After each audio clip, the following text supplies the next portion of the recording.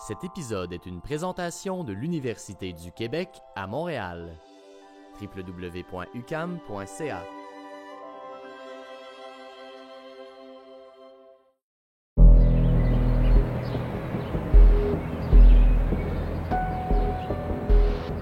Il y a un bouquin publié en 1966, Les mots et les choses de Michel Foucault, qui m'a aidé à résoudre un certain nombre de problèmes sociologiques qui sont toujours complexes.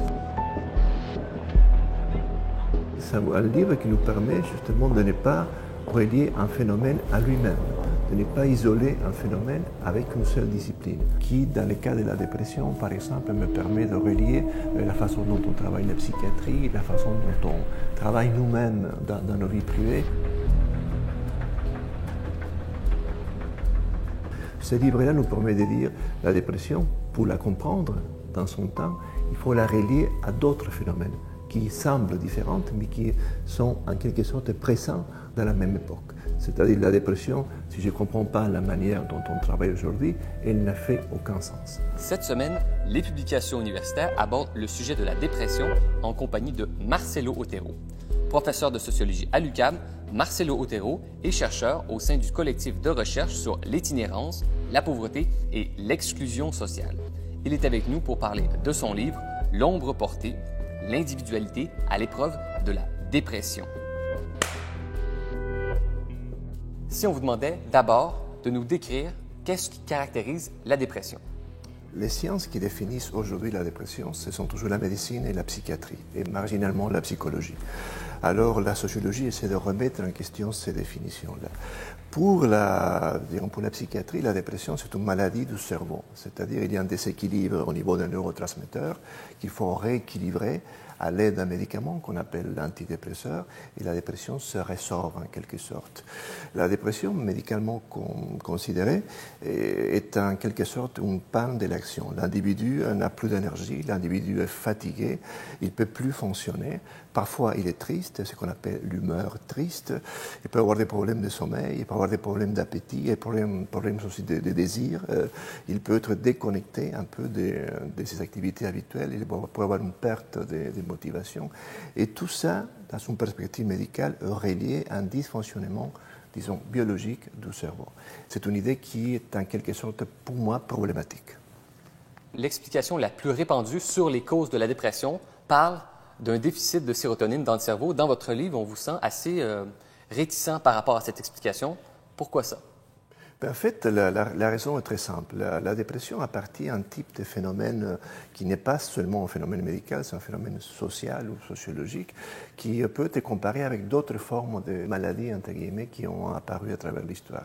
Si on pense par exemple à la névrose freudienne qui apparaît au XIXe siècle, elle affectait des groupes de personnes très importants, elle affectait plus les femmes que les hommes, elle était reliée à une certaine forme de vie, notamment la famille patriarcale, la répression de la sexualité, etc. C'est-à-dire, on reliait ce type de mal-être, de problèmes, disons, de l'esprit à des formes de vie.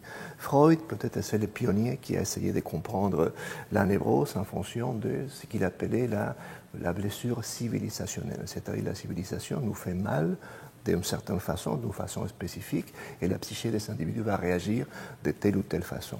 À partir des années 80-90, on voit que c'est la dépression et de façon un peu plus marginale les anxiétés qui prend la place de la grande maladie civilisationnelle au sens de Freud. Alors la question qu'on peut se poser, pour quelles raisons, à partir des années 80, on commence à déprimer en Occident? Avant, on ne déprimait pas. À partir des années 80, il y a des taux de prévalence de la dépression qui sont absolument effarants. Comment on est parvenu là? Que s'est-il passé dans ces années-là pour qu'on puisse parler aujourd'hui de la maladie comme la maladie du siècle? Monsieur Otero, pour se mettre en perspective, de nos jours, à quoi ressemble le portrait général de la dépression en Occident? On peut dire que chez les hommes, entre 5 et 12% d'entre eux vont tomber en dépression une fois dans leur vie. Chez les femmes, c'est le double, entre 12 et 25%. Ça, c'est en Occident en général. Si on prend le Canada, la dépression est la troisième cause de consultation d'un médecin généraliste, après l'hypertension et le diabète. Il y a 8 millions de consultations par année à cause de dépression. Si on prend le Québec, on a 1,5 million de consultations par année. C'est la quatrième cause de consultation. Et la cinquième, c'est l'anxiété. Donc vous avez, parmi les 4 maladies pour lesquelles les Québécois et les Canadiens consultent le plus, vous avez l'hypertension, le diabète, la dépression et l'anxiété. Donc la dépression et l'anxiété ont pris une place phénoménale dans ce qui nous dérange dans nos vies, de manière concrète, de manière directe et de manière, je dirais, ordinaire. Vous avez parlé tout à l'heure de l'épidémie des dépressions en Occident. Comment expliquer la croissance des dépressions dans les sociétés occidentales? Voilà, la question, pourquoi la dépression devient une maladie de civilisation avec une prévalence absolument extraordinaire, la réponse ne peut pas être donnée par la psychiatrie, par la médecine et par la biologie. Pourquoi? Parce qu'il faut trouver quelle est la cause, pour quelle raison les cerveaux, si c'est le cas, se sont mis à fonctionner tous ensemble, un peu partout. Et si on regarde un petit peu, après les années 60, 70, il y a des transformations énormes au niveau de la société, que l'on pense à la famille, notamment à la configuration familiale qui se sont transformées de manière tout à fait radicale. Ça nous rappelle un petit peu ce que Freud disait de la névrose. La névrose ne peut pas être comprise sans comprendre la famille du 19e siècle, avec un père qui est le centre de l'autorité dans la famille, avec la femme ou l'épouse qui est subordonnée, même légalement parfois, au père, et les enfants qui sont aussi des individus subordonnés. Dans les familles, à partir des années 70, notamment 80 et 90, vous avez des configurations qui sont tout à fait différentes, qui rendent sociologiquement la névrose impossible, c'est-à-dire la répression familiale ou la manière dans laquelle les individus étaient socialisés, notamment en bas âge. Une fois que ça change, une fois que la famille est différente, les problèmes ne disparaissent pas, ils se déplacent. Il n'y a pas de société sans problème de santé mentale. Ça, la sociologie nous l'a bien expliqué. Durkheim nous avait dit, bon, les crimes c'est normal, les suicides c'est normal. Il y a toujours un certain pourcentage des problèmes dans chaque société. Il n'y a pas de société parfaite, mais quand ce type de problème, les pourcentages varient de manière importante, là, il faut se poser la question suivante. Est-ce que la société fonctionne comme elle devrait fonctionner? Depuis une vingtaine d'années, au Canada, on prend de plus en plus d'antidépresseurs. Les principaux médicaments consommés au Canada, c'est l'antidépresseur. C'est la première catégorie. Au Québec, c'est la deuxième catégorie après les médicaments contre le cholestérol. Alors, on pouvait s'attendre à une diminution de la prévalence puisqu'on prend un médicament qui s'appelle un antidépresseur et qui est prescrit pour ça. Or, ce qui se passe, c'est le contraire. La dépression, soit elle est stable ou elle remonte. Donc il y a un phénomène qui est très étrange. D'un côté, on prend le médicament qui est censé agir sur la dépression, et à l'échelle du social, la dépression augmente. Donc les causes ne sont pas au niveau du cerveau, il faut les chercher ailleurs. Qu'est-ce qui fait qu'on existe socialement aujourd'hui? Ce n'est pas la manière dans laquelle on a été socialisé, mais c'est plutôt la manière dans laquelle je performe dans le travail. Si on me demande qui vous êtes, la réponse c'est qu'est-ce que j'ai fait? Qu'est-ce que je fais dans la vie? C'est la réponse sociale à donner à qui je suis. Et la dépression est en train de coder de manière très, très, très fidèle les tensions au niveau du travail et l'exigence de performance qui nous demande d'aller plus vite, de travailler plus fort, sans se poser la question pourquoi. Monsieur Otero, dans votre livre, vous présentez la dépression comme une pathologie de l'action ou comme un désordre de la vie active. Qu'est-ce que ça veut dire?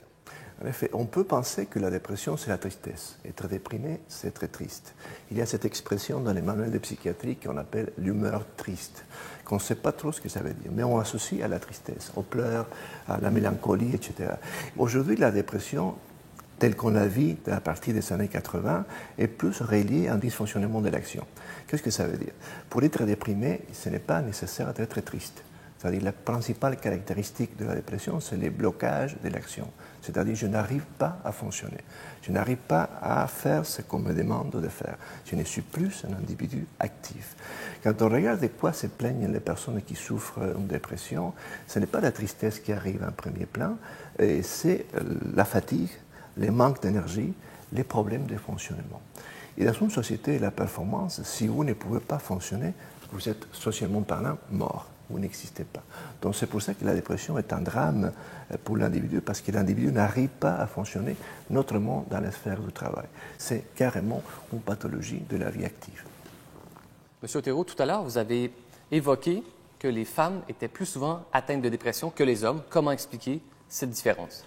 En fait, encore une fois, c'est un problème très vieux. Ça arrivait aussi avec la névrose. Et les femmes, au niveau de la dépression, les prévalences sont à peu près les doubles. Ce qui est quand même fantastique. C'est un élément qui est très, très troublant. Quand on regarde les pressions auxquelles les femmes sont soumises aujourd'hui, on peut voir que malgré tous les avances qu'il y a dans la relation entre les sexes, les femmes continuent à faire le double travail.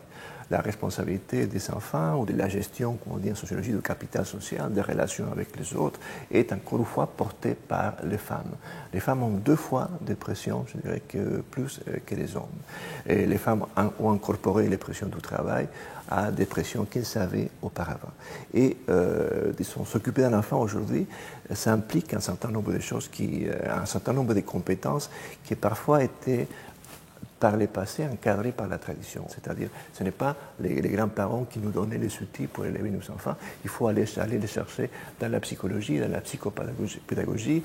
Donc, on n'est pas outillé. Donc, les femmes sont encore une fois interpellées de manière double par cette performance sociale, que ce n'est pas seulement donner de l'affection aux enfants, leur faire à manger, etc. C'est s'occuper de leur éducation de manière compétente.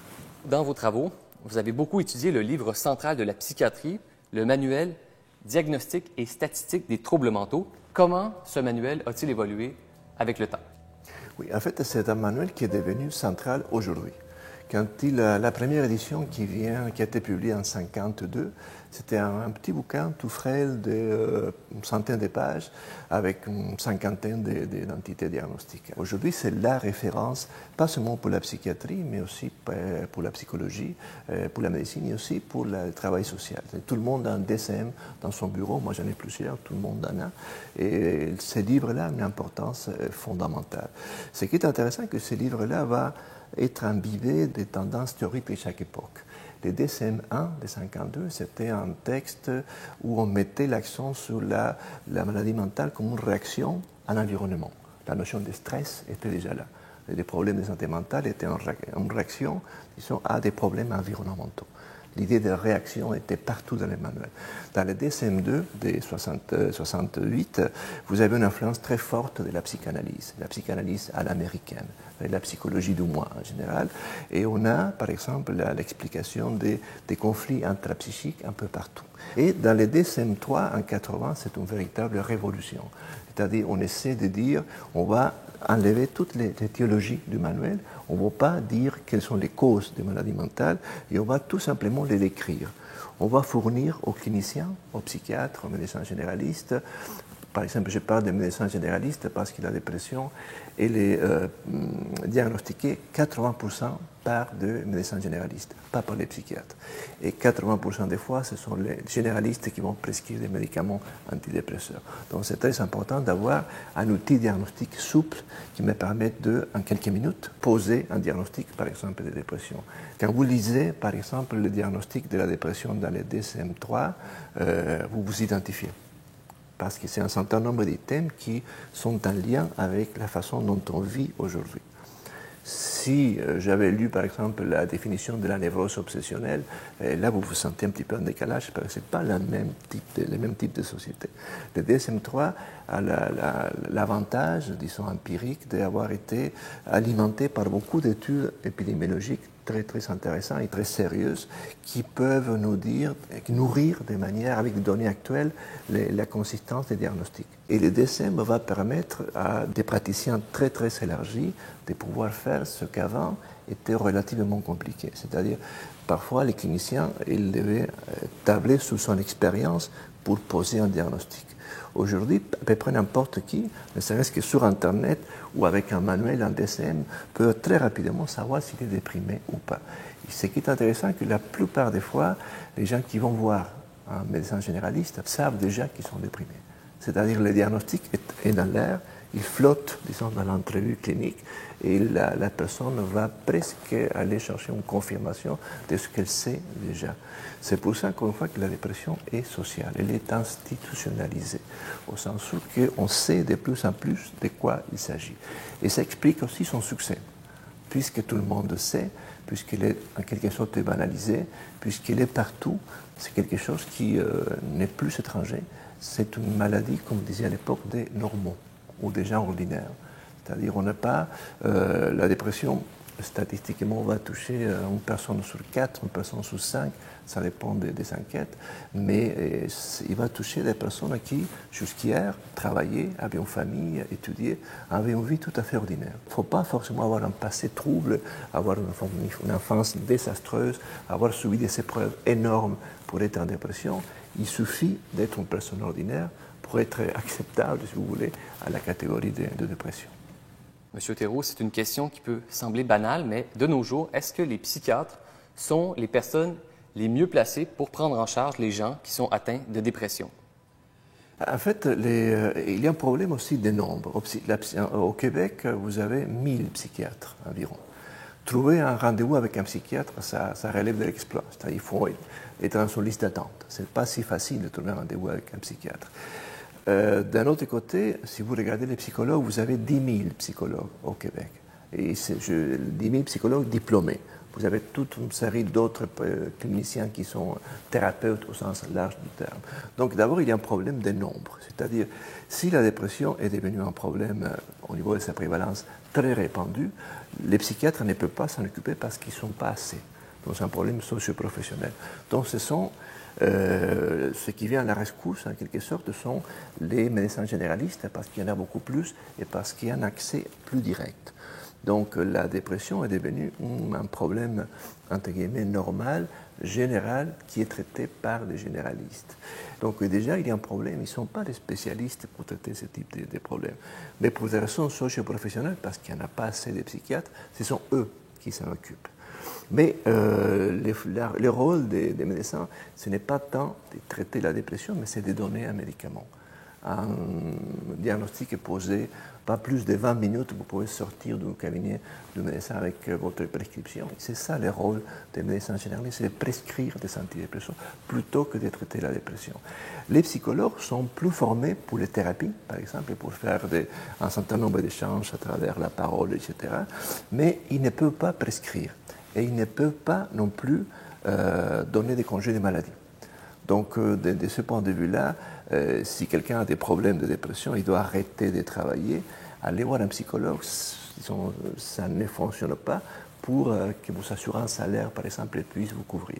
Il faut aller voir un médecin, parce que les médecins, il y a en Occident, c'est comme ça, ont beaucoup plus d'autorité que les psychologues. Donc, ce sont eux qui peuvent signer un arrêt des maladies. Même si, au niveau de la formation, les psychologues sont plus formés pour traiter des maladies d'esprit qu'un médecin généraliste. Dans ce sens-là, M. Otero, pour mieux prendre en charge les gens atteints de dépression, est-ce qu'on devrait revoir à la hausse les pouvoirs des psychologues?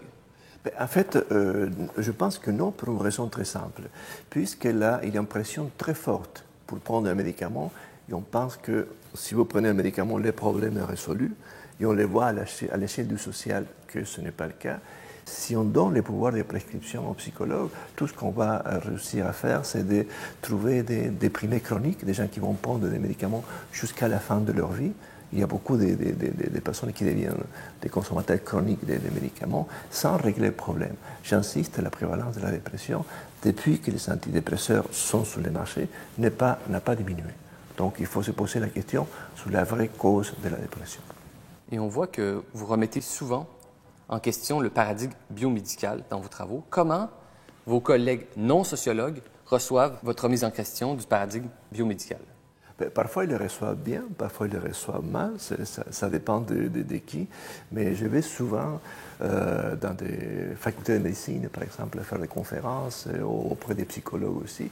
Et il y a, au niveau des jeunes psychiatres, par exemple, un malaise dans la pratique. C'est-à-dire, les psychiatres ont une formation très sophistiquée. Ce n'est pas une formation rapide, ça prend des années, ça prend beaucoup d'études. Et parfois, ils sont mal à l'aise avec une pratique qui consiste à donner, en général, 4 classes de médicaments. Si vous regardez les DSM-4, par exemple, vous avez environ, ça dépend de la façon de les compter, entre 350 et 400 catégories ou maladies ou troubles de santé mentale. Et quand vous regardez les réponses qui peuvent être données à ces problèmes-là, vous en avez 4 types de médicaments, les antipsychotiques, les antidépresseurs, les somnifères ou les médicaments pour l'anxiété et les lithium. Donc la palette, disons, des réponses thérapeutiques vis-à-vis de la complexité du problème, ça laisse un goût amer aux praticiens qui ne se sentent pas réalisés. C'est-à-dire, ils constatent la complexité des problèmes, mais ils ont une pression énorme pour avoir recours à un certain nombre de médicaments. Et là, il faudrait faire jouer le rôle très fort des compagnies pharmaceutiques, c'est-à-dire une pression énorme pour prescrire et pour prescrire un certain nombre de médicaments. Et le problème est bien plus complexe que ça. En 2011, le cardiologue Guy Turcotte a été jugé criminellement non responsable du meurtre de ses 2 enfants. Pour expliquer ce geste, on lit dans le verdict qu'il était atteint de dépression, ce qui aurait influencé ou atténué son jugement. Comment recevez-vous cette décision?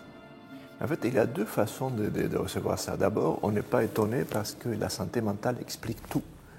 Peu importe ce qu'on fait dans la vie, il y a toujours un lien à faire depuis une trentaine d'années avec des problèmes de santé mentale. Ce qui est faux. C'est-à-dire que la santé mentale n'explique pas tout et n'explique pas surtout certains comportements extrêmement étranges comme l'effet de, admettons-le, tuer ses enfants au couteau, ses enfants de 3 et 6 ans, je pense. Quand le cardiologue Guy Turcotte était innocenté, on a avancé le fait qu'il avait un trouble d'adaptation avec humeur dépressive. Alors, quand on regarde dans la littérature, qu'est-ce que ça veut dire, les troubles d'adaptation avec humeur dépressive? C'est moi qui ai une dépression. C'est le trouble qui est préalable à la dépression. C'est-à-dire, on peut donner ces diagnostics-là, par exemple, pour motiver un arrêt du travail sans pour autant donner un médicament. C'est-à-dire, c'est presque une dépression, mais on n'est pas encore rendu là. Donc, c'est un trouble qui est, psychiatriquement parlant, tout petit. Il y en a des psychiatres qui disent que ce n'est même pas un trouble psychiatrique. C'est un problème d'ordre psychosocial. Alors, relier un problème de cet ordre-là, relativement banal, au fait de commettre un meurtre, c'est tout à fait absurde. Il n'y a aucun lien entre l'un et l'autre. Ça, c'était l'avocat qui était génial dans sa manière de plaider la cause, mais de manière concrète, dans la littérature, il n'y a aucun cas de passage à l'acte, comme on dit, de violence envers l'autre avec ce type de problème-là. Donc, c'est une façon de ne rien expliquer. Pensons à la chose suivante. Si demain, on voit dans les manchettes une manchette comme celle-ci, un diabétique a tué sa femme. Là, on rigole, c'est-à-dire, qu'est-ce que ça veut dire? Parce que j'ai dit quelqu'un, un individu déprimé a tué sa femme, ça fait du sens. C'est comme le fait que j'ai un problème de santé mentale, donc ça m'autorise à faire des choses qui n'ont aucun lien, qui devraient être expliquées par des raisons sociales. Pour envoyer ça à la santé mentale, c'est de dire, vous êtes malade et on sait ce que c'est, la médecine, qu'est-ce qu'elle donne en général? Des médicaments. Donc c'est un bout de ligne à terme de régler les problèmes avec les médicaments. Et le fait que les principaux médicaments consommés au Canada soient un antidépresseur, ça en dit long de notre façon de régler les problèmes de société. Monsieur Otero, on sait que le narcissisme est plus présent aujourd'hui qu'auparavant. Certains auteurs vont même faire un lien entre le narcissisme et la dépression. Qu'est-ce que vous en pensez? En fait, le thème du narcissisme, c'est un thème classique en sociologie. À partir du milieu des années ou de la fin des années 70, on commence à se poser la question de la montée du narcissisme dans la société.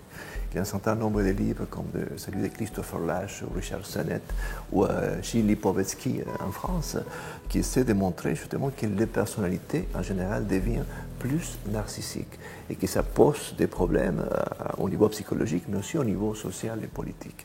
Ce qui est intéressant, c'est que les psychiatres vont changer d'avis par rapport au narcissisme, notamment au cours des années 90. Ce changement de cap est allé si loin que l'année dernière, il y a eu une discussion très forte pour enlever la personnalité narcissique des personnalités narcissiques au niveau du DSM-5 qui va être publié en 2013. Donc la question qui s'est posée avant le narcissisme était un problème qui est en train de détruire les sociétés occidentales. Aujourd'hui, les psychiatres sont en train de dire attention, peut-être qu'être narcissisme, c'est mieux que ne pas avoir l'estime de soi. Mais pas parce qu'en soi c'est bien ou mauvais, mais parce que les exigences de la vie performante, individualiste, etc., nous demandent à nous-mêmes de nous centrer constamment sur nous-mêmes plutôt que de s'appuyer ou d'entrer en relation avec les autres. Le premier contact entre votre livre et les lecteurs se fait à partir d'une image. L'ombre portée, l'individualité à l'épreuve de la dépression. Pourquoi ce titre sous forme de métaphores. En fait, c'est une métaphore que je trouve assez efficace pour essayer de dire que la dépression ne dépend pas forcément de l'individu, mais de la société dans laquelle il vit. Tout individu dans une société a une ombre, mais il ne les choisit pas. Ça dépend du soleil, disons, qui est là. Et le soleil, c'est un peu les injonctions normatives, c'est-à-dire les normes vont découper, disons, un certain nombre des injonctions qui vont en quelque sorte nous montrer quel est notre chemin dans la vie et quelles sont les valeurs et quelles sont les normes. C'est pour ça que dire la dépression n'est pas une maladie, ce n'est pas de dire c'est la faute des individus. C'est une façon de dire, écoutez, la normativité sociale telle qu'elle se présente aujourd'hui est problématique. Et les individus sont pris avec ça, sont pris avec leur ombre. C'est pour ça que les individus ne sont pas responsables en bout de ligne de leur souffrance quand elle est collective et si répandue. Il faut trouver des réponses qui soient aussi collectives et répandues pour expliquer ces phénomènes qui sont, j'insiste, collectifs, sociaux et pas individuels et psychologiques.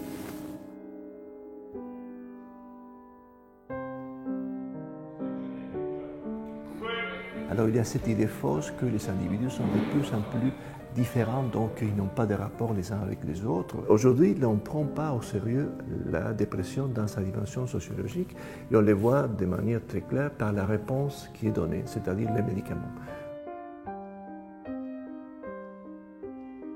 La pertinence de penser sociologiquement les problèmes de santé mentale, ça nous permet de comprendre pas seulement pourquoi on est déprimé, mais ça nous donne les outils pour combattre les causes de la dépression. Et de manière plus large, la dépression nous parle de la normalité.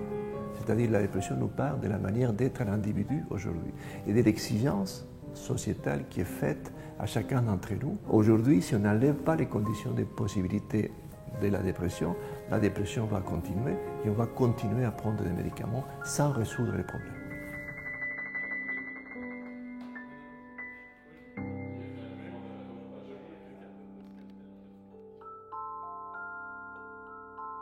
Cet épisode est une présentation de l'Université du Québec à Montréal.